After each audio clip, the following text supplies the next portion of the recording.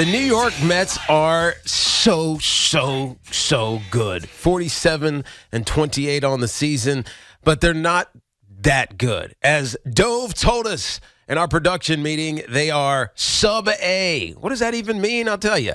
They can beat the really good teams in their conference and their division.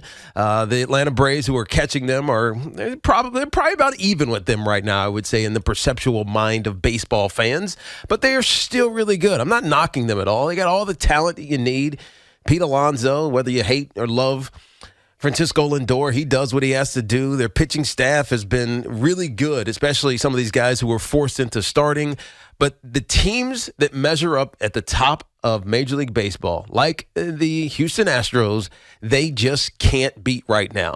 And that's not knocking them, because when I look at what the Mets set out to do at the start of the 2022 season, it was first and foremost, we need to change the narrative about ourselves. And Stevie Cohen has been successful in doing that. He spent money to bring in Max Scherzer. He spent money to bring in Francisco Lindor. He spent money to bring in Bassett and change the perception of the New York Mets. And that's a success. No matter what happens going forward, it just feels like the Mets are a relevant team in Major League Baseball, particularly in the National League this season. That is without question.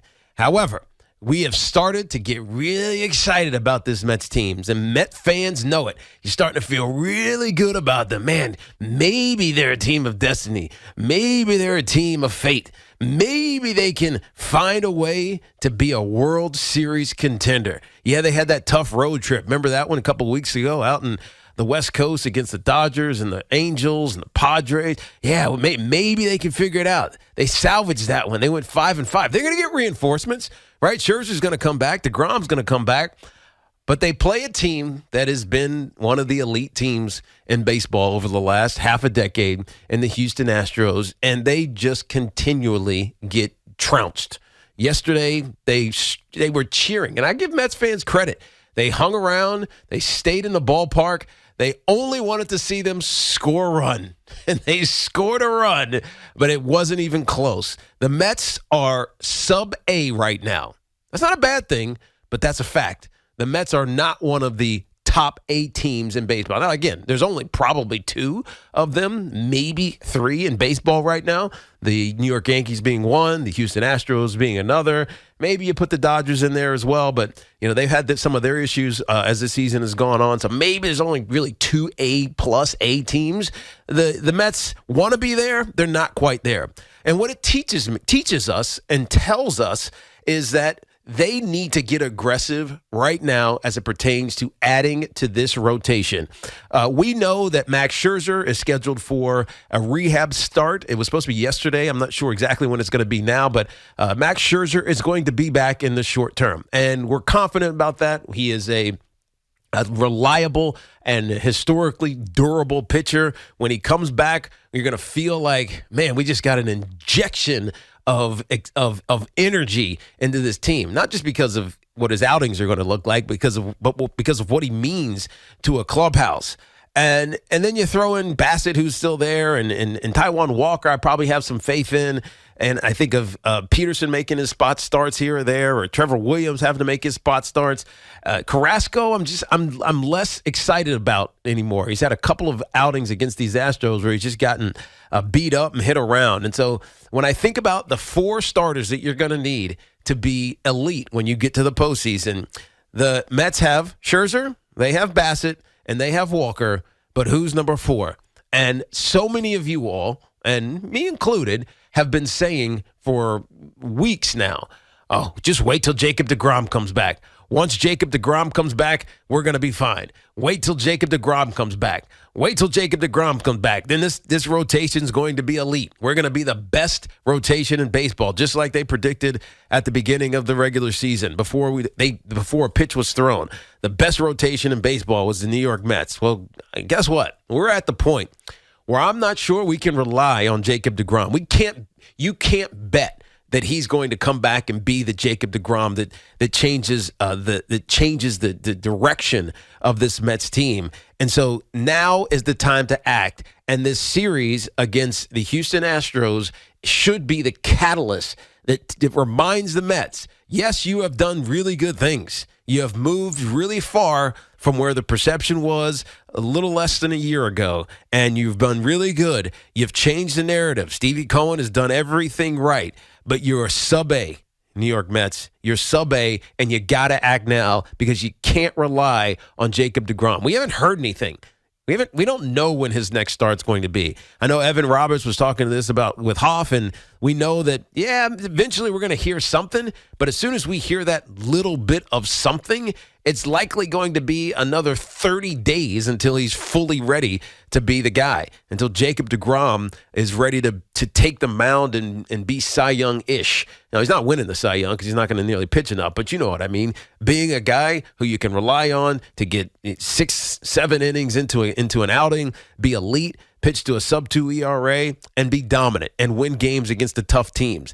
I don't know if you can rely on that anymore. So now is the time to go make that change. 877-337-6666. Our friends at Town Fair Tire remind you that at Town Fair Tire, you always get the guaranteed lowest price on name brand tires from Connecticut to Maine. Nobody beats Town Fair Tire. Nobody. And this isn't a knock on the New York Mets. I mean, let's be fair.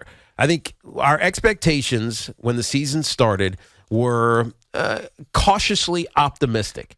And then as the early part of the season started to play itself out, and the Mets just kept winning series after series after series after series. I mean, how many did they go? 10? 10 before they lost a series? It was a lot of success that the Mets saw. And it was exciting. It was energizing. It was just galvanizing. You just felt like, oh, man, the Mets have turned the corner, finally. All it took was a committed owner who was willing to spend some money. It was guys who were excited to be a part of the process, to be a part of this new Mets aura. Everybody wanted to be on board with it, and it felt amazing.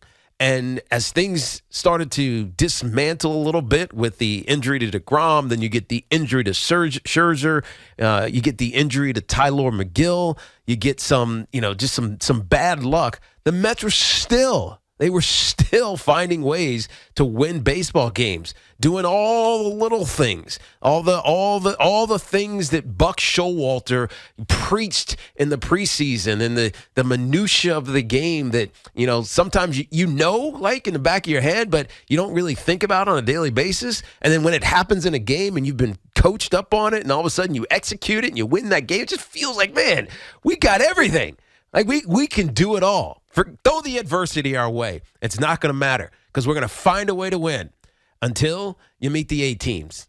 And the A teams are the Houston Astros, or one of them is the Houston Astros. And the Mets get a slap in the face, a nice stiff one that says, hey, man, you guys are good, but you're not that good. And that, as a Mets fan, makes you start thinking, what do we need? And you better start thinking about it. What do we need right now? You need pitching for sure. You're definitely going to need a starting pitcher because, again, like I said, we can't rely or believe or trust that Jacob deGrom is going to be ready when Jacob deGrom needs to be ready. Now, he may be. I'm not saying I'm not poo-pooing the fact that deGrom's not going to pitch this year, but I'm just saying he may be, but you got to find a plan B just in case. So getting a starting pitcher is certainly one. Getting a bat, and we had this conversation a couple days ago with Hoff, and Evan, who had this on the Rico Brognes podcast. Go check that out, by the way. Rico Brognes podcast. It's Evan Roberts with Hoff. But they were talking about the fact that you need to bring up some of these young kids and get them the opportunity to prove that they can play in the majors in clutch time, in clutch moments, because then you're not so worried about going out and getting an extra bat. They're going to need another bullpen arm. But number one for me right now is a starting pitcher. You got to start thinking now, Mets fans, about who that fourth starter is going to be. It could be deGrom, but let's assume that it's not. Who is that fourth pitcher going to be? Because you're going to need that guy to move your status from that sub-A, I'm not saying you're B or C, but sub-A to A. That's when you become a title contender. When you have that oomph that makes you compete and be able to beat teams like the Houston Astros, or maybe even the New York Yankees, who we'll see who they'll see each other at the end of next month, the end of July, and then again at the end of August. But the Mets are really good. I'm not knocking them. They're really good. But they're sub-A right now. And I think everybody who watched that game last night and have watched any of these games against the Houston Astros, you'll agree. 877-337-6666. Let's get some of your calls here. Let's go to Alex, who is in Stratford.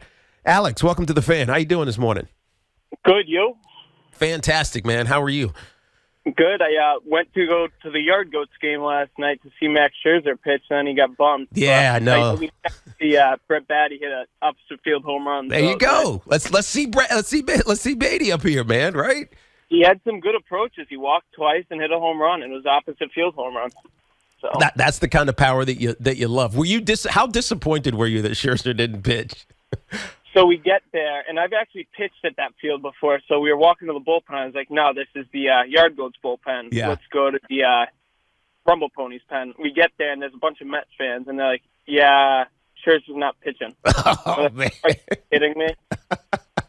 You know what's funny? So I got a story like that too, Alex. So right when I retired, I was traveling a little bit. This is in 2007, and I went to Cleveland because I wanted to see LeBron. And at that point, LeBron was playing every single day, right? I go to Cleveland, we go to the game. The one game he doesn't play was the game that I was at. I was so pissed off because all I wanted to do was see LeBron, and he didn't play that game. So I know what you're feeling. We want to see Max Scherzer get back and get ready, but we know that that's happening. It's DeGrom who we kind of don't have a clue. I don't want to say I'm worried, but I just haven't heard anything, and that worries me. Yeah, no, I definitely get that. The one thing Mets fans forget about, though, like I'll see some guys like on Twitter, they're like, oh, this guy's always hurt. Don't give him any money for next year when he's a free agent. Yeah, because he's opting out. He was really only hurt last year, though, if you think about it. Other than that, he's been electric the rest of his career. He had one hiccup 1 year, other than last year being injured. Yes, but last year just feels like it was forever, right? It feels like it's been almost like 2 seasons. Which it has been. I mean, it has been. But it feels like it's been 3 or 4. It feels like we haven't seen the guy pitch in so long. Yeah. Spring training was kind of just a tease. It definitely was a tease, and appreciate your call, Alex, but you're right. I mean, last year, because of how the season just deteriorated, maybe Jacob deGrom could have played if there was some relevancy, and he didn't. But the fact that he didn't makes you still hold in your mind something's physically wrong with him, even if nothing was physically wrong with him. But when you have essentially a season and a half off, as Jacob deGrom has now had, because it's all of last season, we're not quite at the midway point, but we're getting close. What are we, 70, 75 games or so? Yeah, 75 games into 162, not quite halfway, but we're damn near close to halfway. That's a lot of non-pitching in critical moments. Not like he hasn't thrown the ball, like we saw him in the spring. We know that he's still got it, whatever that it may be. Like he's got it, but we haven't seen it. We haven't seen it mean anything. And so I don't know how you're overly confident that Jacob deGrom's going to be Jacob deGrom until we see him be Jacob deGrom. Joe, down in Clark, New Jersey. What's happening, Joe? What's up, Tiki? How's it going today, buddy? All's good, bro. You know, Tiki, we've talked about this a couple of things. What about first about deGrom, just as you remember, he's 34 years old. He never threw 101 miles an hour. That came out of nowhere. That extra speed. Yep. I think it was too much stress on his arm, and I think that's why he's having these issues now. But that aside, here's the thing, and I've been talking about this. As a Mets fan, and I know I'm on Twitter all the time, and we're sick of seeing Escobar up there just do nothing. He's a total zero. Let's be honest. Yeah. Escobar, Dom Smith, J.D. Davis. I mean, J.D. Davis and Dom Smith are the worst DHs I've ever seen in my life. Yeah, I mean, we have by far. We're last in baseball when you do. Now I'm not talking about when Alonso DH. I'm talking about when JD and Dom. Yeah. We're last in every offensive category. We get nothing from our catcher, zero. You look at guys like Trevino now. Trevino's Johnny Bench compared to what we have. Oh my yeah, God! I mean, what is he? He's hitting 270, 275. He's clutch. Oh my Gets God. 1 RBI last night. Oh, dude. RBI. Hey, so Joe, let me ask you. Let me ask you this, Joe. Hold on. Let me interrupt. Let me ask you this. So, what would you rather see? Would you rather see? Alvarez come up or Beatty come up, one of these kids that's in the minors, it's their guys, or do you want to go get a bat in at the trade deadline? Like, what would you rather see right now? I mean, there's guys out there that I've targeted, and I've talked about the C.J. Cruns, Christian Walker's, Contreras from the Cubs, the catcher. Yep. Dynamite. He's got 15 home runs. I mean, where I would have to give up a lot, Josh Bell for Washington. Oh, I could DH, put him at first for Pete sometimes. I mean, I would love to bring up Alvarez. I know he's 20 years old. I know he's a catcher. It's a different position. Yeah, but you could just DH him. But you could just DH him. Absolutely. He's killing it in the minors. Tiki, look, it kills me when I see Garneau over there in Atlanta. I know, look, when he was here, I couldn't wait to get rid of him. Yeah. But he's unbelievable. He's the best catcher, one of the best catchers in baseball now. It took a change of scenery, man. Doesn't that suck? That sucks. We get after the 15 on our team, we get no production at the bottom of the lineup. You can't. I know people keep telling me, "Oh, Joe, we're 20 games over. We're 20 games over." Eventually, the Braves are coming strong, man. They're 4 out. They're probably going to be 3 out after. We're not beating Berlin today. Yeah. They're going to be 3 out after today. It's going to by July 4th. It could be even. I'm telling you right now, they're going to have to be proactive. I've been saying this to you guys for 2 months. You got to be proactive, man. You can't just sit on what you did. 100%. They're not getting enough production from these guys like Escobar and the DH spots. JD comes up with God. Do you expect anything from those guys? I never do. Yeah, you never know. Yeah. You just feel like he can't hit the fastball. Exactly. You kept saying that, and appreciate your call, Joe. You're breaking up. I don't know what happened to Dom. Well, dude, come on. Joe, we know what happened with Dom. They have mind effed Dom Smith. They really have. Remember at the beginning of the season, we were two thoughts about Dom Smith at the beginning of the season. It was he either needs to get a lot more playing time, right? He's a superior, at least in some people's minds, defensive first baseman to Pete Alonso. So let Pete DH, put Dom at first, give him a lot of at bats so that he can prove that he belongs. Or it was let's prop him up and let's trade the dude. And he was caught. He was caught in this little mind warp thing, and then they sent him back down to the minors, and that pissed him off. And he's not in a good headspace. You can tell his approach is just not. It's not consistent, and it's not. I don't know. It's not growing, right? It's not something you're looking forward and saying, man, Dom Smith's going to be a star. Like, you're not seeing that at all. So I'm not saying it's time to move on for him, but it might be time to move on from him simply because they've mismanaged what his expectation was going to be and what he could be for this team. But I still contend, and Joe's call was good, and he was right. He was hitting a lot of the position players and the lack of production from the bottom half of this lineup. That's one thing. But to me, the bigger thing is you got to get your pitching right. You got to figure it out. There was a pitcher on the other side of town, not on the Yankees, but pitching against the Yankees that might have been giving himself an audition. He's going to be moved, Frankie Montas. Maybe the Mets need to go get another A. We'll talk about all that and more. 877-337-6666.